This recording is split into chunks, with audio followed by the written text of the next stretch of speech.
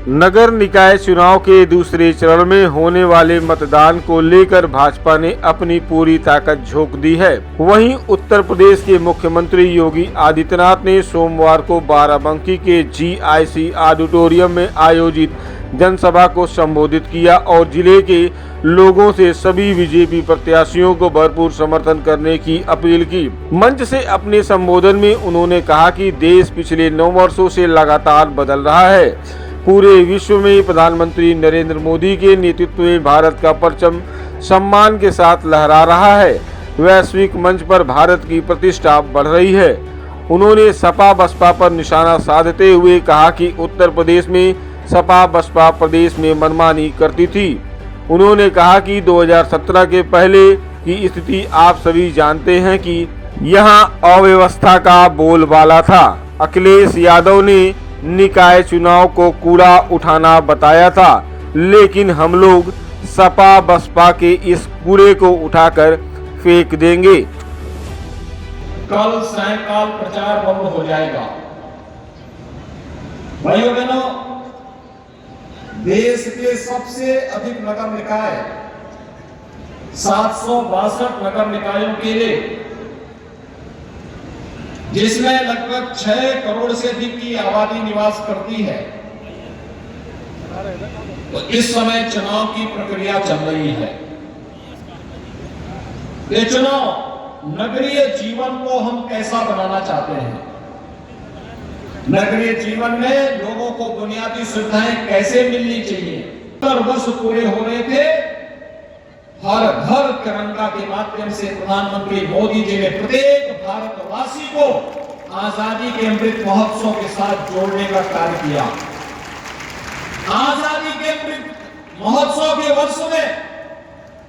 जब देश अपनी आजादी के 75 वर्ष पूरे कर रहा था, इससे ज्यादा सुखद अनुभूति क्या हो सकती थी कि जिस ब्रिटेन पर 200 वर्षों में जिस ब्रिटेन पर भारत पर राज किया था, जिस ब्रिटेन ने 200 वर्षों तक हमारे मूल्यों को कुत्सित तरीके से रौंदने का कार्य किया था, उस ब्रिटेन को पछाड़ करके भारत आजादी के अमृत महोत्सव वर्ष में दुनिया की 5वीं बड़ी अर्थव्यवस्था बना। और भाइयों बहनों, आजादी के अमृत काल के प्रथम वर्ष में दुनिया के 20 बड़े देशों की, जिन देशों के पास दुनिया की 65% से अधिक आबादी निवास करती है, जिन देशों ने दुनिया के 85% संसाधनों पर अधिकार है, और जिन देशों के पास दुनिया के 90% से अधिक पेटेंट पर जिन देशों का अधिकार है, उन 20 बड़े देशों के समूह की अध्यक्षता प्रधानमंत्री मोदी जी के नेतृत्व में वर्तमान में भारत कर रहा है। हर भारत के लिए गौरव की बात है। अगर किसी के कहने पर सीज फायर होकर के वहां से सुरक्षित भारतीय नागरिकों को निकालने में मदद मिली, ये पहली बार रूस और यूक्रेन के युद्ध के दौरान आपने देखा होगा। अभी सूडान के अंदर वहां पर आंतरिक संघर्ष के कारण व्यापक पैमाने पे कत्लेआम हुआ, लेकिन भारत दुनिया का अकेला देश था जिसने ऑपरेशन कावेरी चला करके अपने नागरिकों को सुरक्षित निकालने का कार्य किया है। भाइयों बहनों, एक और वैश्विक मंच पर बढ़ती हुई प्रतिष्ठा, दूसरी तरफ भारत के अंदर इंफ्रास्ट्रक्चर डेवलपमेंट के जो कार्य हुए हैं, highway, railway, airport, AIIMS, IIT, IIM जैसी संस्थाओं का निर्माण होना, वाटरवे का निर्माण होना,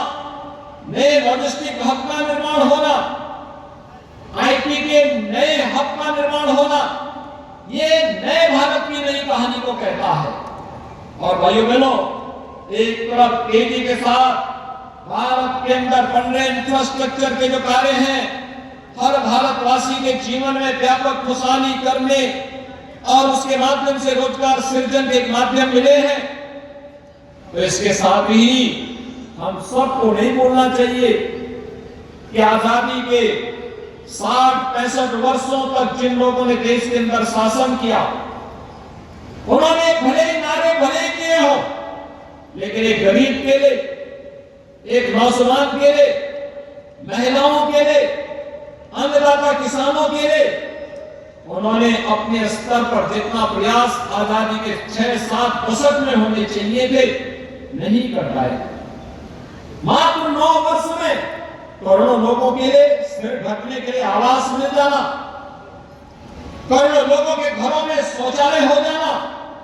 करोड़ों लोगों को उज्ज्वला योजना का स्वस्थ ईंधन उपलब्ध करवाने का कार्य कर देना, करोड़ों नौजवानों के जीवन में आर्थिक स्वावलंबन के साथ जोड़ने का कार्य हो जाना, आजादी के बाद 70 वर्षों में जिन गरीबों के बैंक में अकाउंट नहीं खुल पाए थे उनके जनधन के अकाउंट खुल जाना, 50 करोड़ गरीबों को आयुष्मान भारत की स्वास्थ्य बीमा का कवर का मिल जाना, और भारत अकेला देश है जिसने अपने 80 करोड़ लोगों को कोरोना कालखंड में और आज भी लगातार फ्री में राशन की सुविधा उपलब्ध करवाने का कार्य जो कर रहा है वो एक भारत है। प्रभात खबर.com, विश्वास वही, रफ्तार नहीं।